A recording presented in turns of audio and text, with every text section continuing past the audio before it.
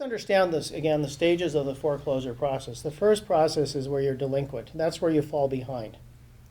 Now, that's more than 30, defined as being more than 30 days late.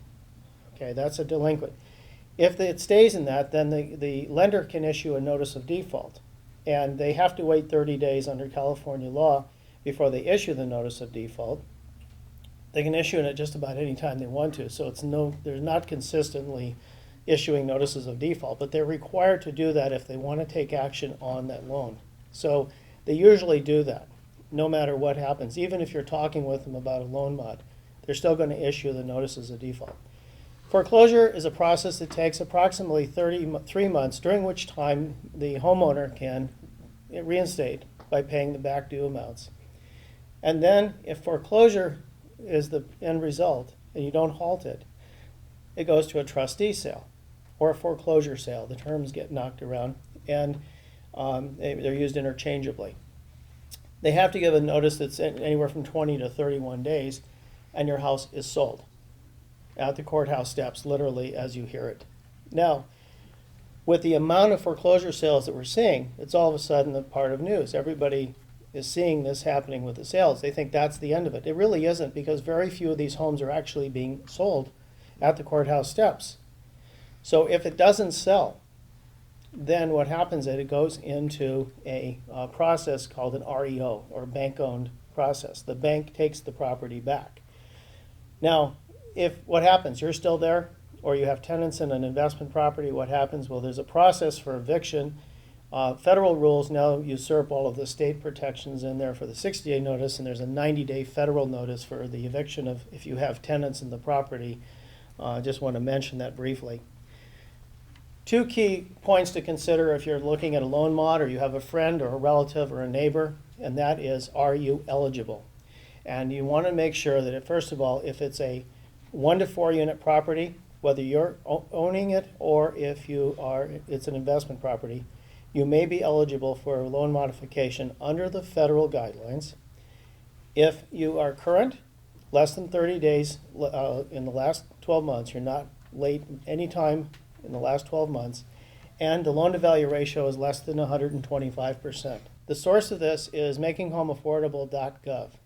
You can go to that site and see this, and there's a little click-on process you can go through to see if you're eligible.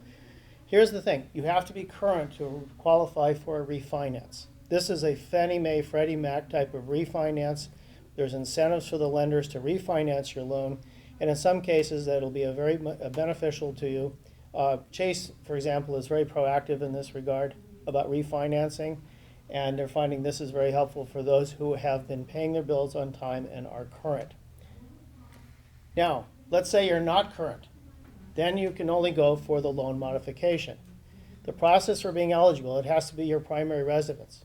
You cannot go through the loan mod for investment property under the federal guidelines. The amount owed has to be less than $729,500 on the first mortgage. And that limit is going to expire at some time soon, but there's so many bills for pending extensions, you just have to keep paying attention to it. The mortgage has to have been signed before January 1st, 2009, which of course is probably the case for most of these. And the amount of your payment has to be more than 31% of your gross monthly income to cover all of that: principal, interest, taxes, and insurance, and homeowners association dues if those are included. Again, the source for this, go to makinghomeaffordable.gov. It's a great site, and you'll get some help if you need to find out the answers to those questions. Now, one of the biggest myths that I heard during this whole process of loan mods is you had to be delinquent to qualify. The reason this is a myth is that you see that you have to be current to qualify for the refinancing, but lenders will try to get to you and get you a loan mod if you're current. The problem is, if you think as a practical matter, is by the time you get through to them, by the time you go through the process, if you're facing a threat of imminent default, you're having financial difficulties, by the time they call you back, you are behind. So people assumed, now I'm behind. That's what I had to do. I had somebody walk in my office, said, well, we've stopped paying for the last 3 months, so now we want to qualify for a loan mod. And I said, well, why did you not pay the payments? Well, we were told that if you're behind, then they will respond to you. So they've ruined their credit record, they've gone delinquent, they've held back money. Basically, they're in breach of contract with their lender. Not a smart way to go. They thought that was it because they heard that was the case. And there's enough of that out there. That is a myth. Myth number 2, they can't foreclose without the original note. This was a big issue. A lot of people were touting as the big secret, boy, we got you, lenders. If you can't, go see a lawyer. If you don't have the original note. There's all these little tactics that people will sell you on how to avoid foreclosure. Most of them, about 99% of them, are simply stalling techniques. It may buy you 30 days, 60 days, or a little bit more, but there's not any one surefire way to avoid foreclosure once the process is started. You have to face the music, you have to deal with it. Myth number 3, help is available for free. Well, this is the basis for all the legislation that's currently gone to the governor, and technically it's true. There is help, it's available, and we're all required to tell you to go to the HUD site, www.hud.gov. Let me warn you though, do not go to sites like FHA.com. And there's these mirror sites that have been set up. They're scam artists, and they've set up, it doesn't say .gov, it says .com or something else. And they grab your information, and you're putting in your social security numbers, you're putting all this information in, and that information is being grabbed by these scam artists. It's a little scary, but that's what they're doing. Make sure that the final part is a legitimate government website. But you can go on and get some assistance for that. So here's your action items for loan mods. If you're stuck in a problem, if you are having difficulty or in the threat of imminent default, or you really think you might try to get a loan mod, contact your lender. Go directly. Call the number on the sheet. Do not ignore it. Do not put it away.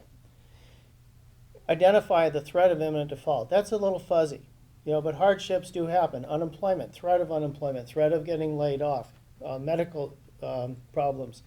These can all come into play.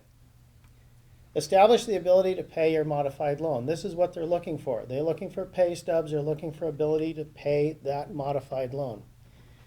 You must document your income and your expenses.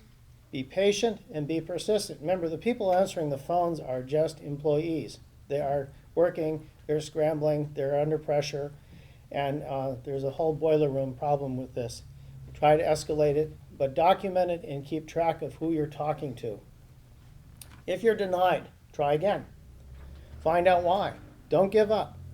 Sometimes they say, well, we didn't like that documented income. Could you send something new? Or we missed a sheet. Okay. Reapply and submit the missing documents. Don't give up. I've seen people get turned down 2 and 3 times and finally getting through and they get a modification. And last but not least, try the short sale option. So remember, avoid foreclosure. Apply for refunds, finance, or a loan modification. Remember to act, don't just react. And I want you to make sure you avoid these scams and avoid these myths. Don't pay attention to them and evaluate all of your options. Thank you very much, and I'll be available to answer questions with the panel afterwards.